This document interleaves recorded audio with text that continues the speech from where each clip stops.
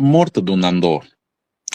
Primeiramente é preciso nós começarmos a ver aqui algumas cenas. Eu sou uma pessoa que não consigo olhar para algumas coisas que se passam dentro da política angolana e eu não vejo como coincidências. Uma das coincidências que eu não vejo é aquilo que eu já falei certa vez sobre o simbolismo da nova sede, da restauração daquilo que é o MPLA, do tal rejuvenescimento que é pregado pela pessoa do presidente do MPLA, João Lourenço. Eu não vejo determinados movimentos como isolados da ideia central. Quando a gente olha essa ideia de rejuvenescimento, que nos traz uma sede milionária perante a fome e os problemas sociais que a gente vive atualmente, ok? Essa sede milionária, ela tem um olhar simbólico sobre aquilo que tendem a ser as políticas do MPLA para as próximas décadas ou para os próximos anos. E depois, nós não podemos olhar aqui determinadas situações quando a gente sabe que o Nandô fazia parte daquele núcleo das múltiplas candidaturas, que estava sempre a pôr o pé com relação às múltiplas candidaturas, que precisava de existir maior participação dentro do partido, etc. E era uma pessoa muito apoiada pelos jovens do partido. Atenção, uma pessoa muito querida e apoiada pelos jovens do partido. Dentro dessa liga, a gente encontra também Gino Carneiro, a gente encontra o Dino Matrosse, a gente encontra Paulo Pombolo, se calhar, a gente encontra também o Antônio Venâncio, encontramos o Valdir Cónego. Se a gente olhar bem essas pessoas que foram citadas aqui, Valdir Cónego foi afastado completamente do partido e disse que foi humilhado, mas nós já chegamos à conclusão que não é aquilo que se prega. Houve toda uma necessidade de instrumentalizar como é que foi o final dessa história do Valdir Cónego, ok? Houve uma necessidade do MPLA instrumentalizar e a quantidade de propaganda acerca de como terminou a história mostrou justamente isso, que o MPLA fracassou no assassinato político. Quando a gente fala assassinato político, é a morte do capital político de um Valdir Cónego, por exemplo. Fracassaram. Depois nós temos Higino Carneiro, que foi arrolado nos casos aí com a PGR, etc. Primeiro falou-se em roubos de brinquedos, depois falou-se de burla por defraudação de viaturas e etc. E nós começamos a ver aqui um padrão de punição dentro do partido. Primeiro, comprometer a imagem de Higino Carneiro significa que, enquanto o Higino Carneiro estiver a responder um processo, ele não poderá concorrer ao lugar máximo, à cadeira máxima do partido. Então está-se a resolver assim com a questão ao Higino Carneiro. Depois nós temos o Fernando Dias da Piedade Nandô, que é uma pessoa que tem um capital político muito grande dentro do partido. Capacidade de influenciar decisões, a capacidade de ter juventude ao lado dele.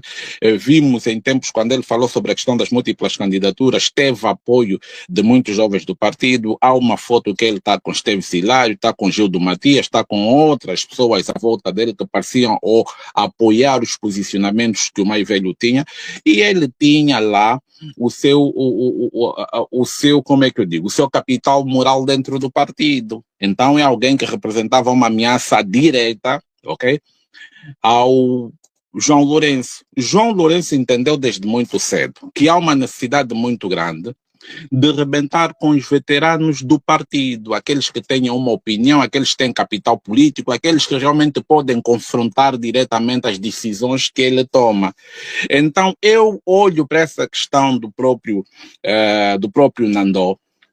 Não foi por acaso, porque nós temos aqui uma sequência de casos a acontecerem com relação às pessoas que tomaram posicionamento contrário àquilo que é a agenda do próprio João Lourenço, a agenda de poder do João Lourenço. E eu não vejo isso eu não consigo separar aqui os eventos, Cota William. Portanto, se amanhã falarem que o Dino Matrosse aconteceu alguma coisa ao Dino Matrosse, teve um acidente, ou sei lá como é que é, se falarem que amanhã o engenheiro Venâncio foi encontrado sem vida no sítio X, se falarem, porque está-se a falar que estamos aqui perante uma espécie de fracionismo 2.0. Estamos a falar de um fracionismo 2.0 ou de uma purga 2025. Estamos a falar praticamente isso, porque eu não vou separar aqui eventos. E eu tenho o direito de fazer uma ligação com aquilo que vai acontecendo dentro do próprio MPLA. Os acontecimentos começam todos a ganhar um fio e uma identidade, que se parece que está a acontecer mesmo uma purga interna dentro do próprio partido. E isso está relacionado com o quê? Está relacionado a uma nova fase que o próprio João Lourenço quer trazer na vida do partido. E ela começa por esvaziar, ok? Esvaziar a autoridade moral que existe com determinados líderes do próprio partido, pessoas muito influentes no partido, pessoas como Gino Carneiro e etc. É preciso esvaziar a moral que essas pessoas têm de interferir ou nas decisões diretas do próprio João Lourenço com relação ao partido. Você, quando esvazia esses indivíduos como Gino Carneiro e etc., você lhes tira, ok? Você lhes tira o peso político que eles têm, que é um peso político que não é fácil, que é derivado de uma longa trajetória dentro do partido. São indivíduos que basicamente se confundem com aquilo que é a fundação do próprio partido. São as únicas reservas morais dentro do partido que têm a capacidade de travar os excessos do João Lourenço, e muitos sempre se opuseram publicamente contra aquilo que são os posicionamentos de João Lourenço. Então é justamente isso que a gente precisa de ver, porque estamos a sentir que há um afastamento de uma oposição interna às decisões de João Lourenço. É o que eu sinto, é o padrão que eu consigo fazer um acompanhamento aqui, e nós precisamos de estar atentos porque pode acontecer nos próximos dias, porque João Lourenço tenciona manter-se na presidência do partido, ok?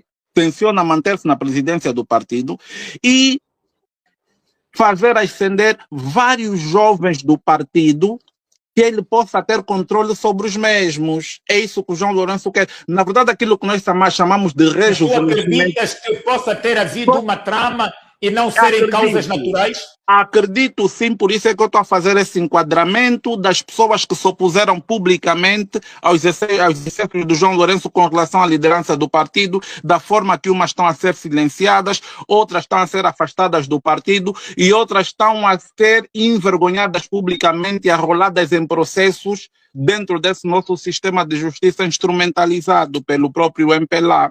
É isso que a gente precisa de saber. Há aqui um padrão e nós não podemos dissociar esse padrão daquilo que está a acontecer. Portanto, é justamente aqui que é chamada a atenção. Por isso é que eu disse, nós podemos estar perante um fracionismo 2.0, um fracionismo, uma limpeza interna dentro do próprio partido para calar as vozes dissidentes com relação às vozes que estão descontentes com relação, ok, aos posicionamentos que o presidente do partido vem enveredando. Nós temos um Dino Matroce que falou publicamente que o João Lourenço falhou com as questões de reconciliação interna do partido, mostrando que o João Lourenço não estava preocupado em reconciliar-se internamente com os indivíduos do partido que tenham um grande capital político, pessoas como o Nandô, pessoas como os veteranos do MPLA. Isso mostrou claramente que o João Lourenço não está interessado. E se não está interessado é porque existe um plano B. E o plano B é o quê? É o silenciamento, é o afastamento, é o ostracismo e não se sabe até que pode ser a eliminação física de determinados indivíduos. Ok? Então é justamente isso que eu estou aqui. Há um padrão e nós não podemos negar esse padrão. Então é justamente por aí, está-se a esvaziar as reservas morais do próprio partido, por isso é que aumentou-se aquilo que é o Comitê Central, aquilo foi uma estratégia levada a cabo para o João Lourenço poder começar a colocar em lugares cimeiros jovens do partido que têm as suas próprias ambições. Só um minuto, Cota William. Meter num partido jovens que têm as suas ambições políticas para criar o maior Comitê Central do mundo, ok? Fez esse movimento e esse movimento não visa simplesmente aumentar exponencialmente o Comitê Central, mas visa unicamente também começar a esvaziar o capital político dos veteranos do MPLA, como se eles já não servissem para muita coisa e que o partido precisa sobreviver. Só que o próprio João Lourenço, ele também faz parte dos veteranos que deviam ficar para trás, mas ele quer posicionar-se nesse momento como o único ponto, a única reserva moral do partido, ok? Usando os seus poderes enquanto presidente do partido para elevar uma camada de jovens, ok? Para funcionarem como muralhas à sua volta, para proteger. Okay. Pegando nesse nicho, por que não podem ser causas naturais? E não pode ser também, mais uma vez, colocado em xeque a qualidade dos nossos hospitais, nem mesmo das nossas clínicas. Como é que não se conseguiu, quer dizer, durante 40 minutos? É verdade, vão nos dizer, isso é normal em todo o mundo. Por quê? Olha só, Cota William, isso aqui não é para nós conversarmos. Há uma cena que é muito importante, nós deixamos aqui claro. José Eduardo dos Santos caiu porque perdeu a proteção de Fernando Garcia Miala. Isso é uma realidade inegável. E sabia-se muito bem que para o José Eduardo cair era preciso tirar primeiro Miala do jogo. A prisão do general Fernando Garcia Miala, ok, deixou o José Eduardo totalmente desprotegido. E esse lado da falta de proteção, porque nós sabemos que os serviços secretos de Angola, o CINSO, o SINFO, whatever que seja, eles têm olhos em todo lugar, nas empresas públicas, em todo lugar, até nos bairros, comissões de bairros, etc. O SINFO está aí. Significa que o SINFO, eles são um instrumento muito, mas muito importante para quem se encontra no poder ter uma visão alargada do próprio país. Porque o presidente ele não é omnipresente para resolver todos os problemas. Quem consegue ver o país não é o presidente, são os serviços de segurança do Estado. Então, quando o João Lourenço, quando o José Eduardo dos Santos prendeu Garcia Miala com suspeita que estava a preparar um golpe de Estado e qualquer coisa na altura, ele se desprotegeu. E esse desproteger é que vai fazer alguns acontecimentos se tornarem relevantes que vão levar ao seu desgaste e, consequentemente, à sua queda. Nesse momento, há aqui um ponto. O João Lourenço tem do seu lado um dos maiores aliados, que é o Fernando Garcia Miala, o general Fernando Garcia Miala. E ele tendo o Fernando Garcia Miala como seu aliado, por isso é que foi uma das primeiras pessoas que o João Lourenço tirou da cadeia. Tendo o Fernando Garcia Miala, ele basicamente está protegido, porque o CINSE tem olhos em todo lugar. Ok? O CINSE tem olhos em todo lugar. Tirou Fernando Miala da cadeia foi José Eduardo dos Santos, ainda. Foi José Eduardo dos Santos. Foi um indulto noturno, sim. Foi José Eduardo dos Santos. E nem que seja, vamos supor, e nem que seja. Mas o tempo com o José Eduardo dos Santos... Não é que... Não, foi mesmo. Foi mesmo. Isso eu posso te provar. Então não tem problema. Já que foi José Eduardo dos Santos, vamos lá ver então.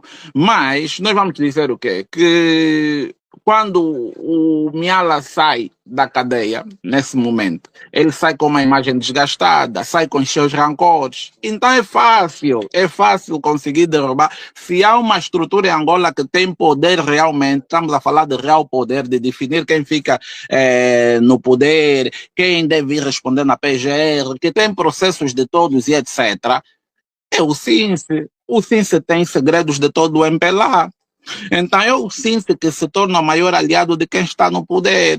Então é justamente isso. Eu costumo dizer assim, eu vou dizer mais uma vez, os padrões que eu vejo do afastamento de vozes dissidentes tem muito a ver com um padrão de afastamento dos indivíduos, de morte moral e retirar-se o capital político de indivíduos que representam uma ameaça direta ao João Lourenço. Então, é preciso deixarmos aqui claro que, tipo, uma pessoa como o Fernando Dias da Piedade Nandó, né?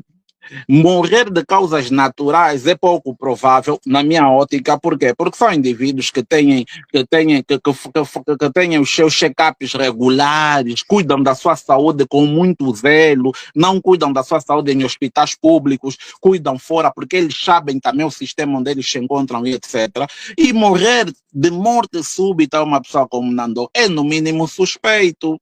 De dizer que morreu de morte súbita, não, é no mínimo suspeito. Porque para mim, nós estamos a celebrar também um marco histórico. Qual é o marco histórico que nós estamos aqui a celebrar? A celebrar, não digo celebrar, né? Mas é um marco histórico, porque nós estamos a ter o primeiro nacionalista que nem teve tempo de ir morrer no estrangeiro, por exemplo. Quer dizer, morte súbita, morreu dentro de casa. Pessoas que estão extremamente preparadas e pessoas que são muito cautelosas com a sua própria saúde. Qualquer coisa que tenha a ver com a sua saúde é diagnosticada antes que os resultados impactem negativamente.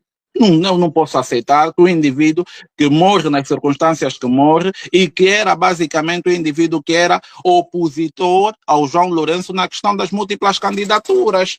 Se nós não prestamos aqui um bocadinho de atenção, a gente pode ver que nós estamos mais diante de uma limpeza interna do partido, no qual as vozes dissidentes, aqueles indivíduos que já não conseguem se comprometer com a agenda política levada a cabo por João Lourenço, acabam por ter afastados do partido, envergonhados publicamente. A ala democrática do MPLA, ou melhor, a ala que defende a democracia no MPLA, achas que este desaparecimento poderá ter um impacto negativo?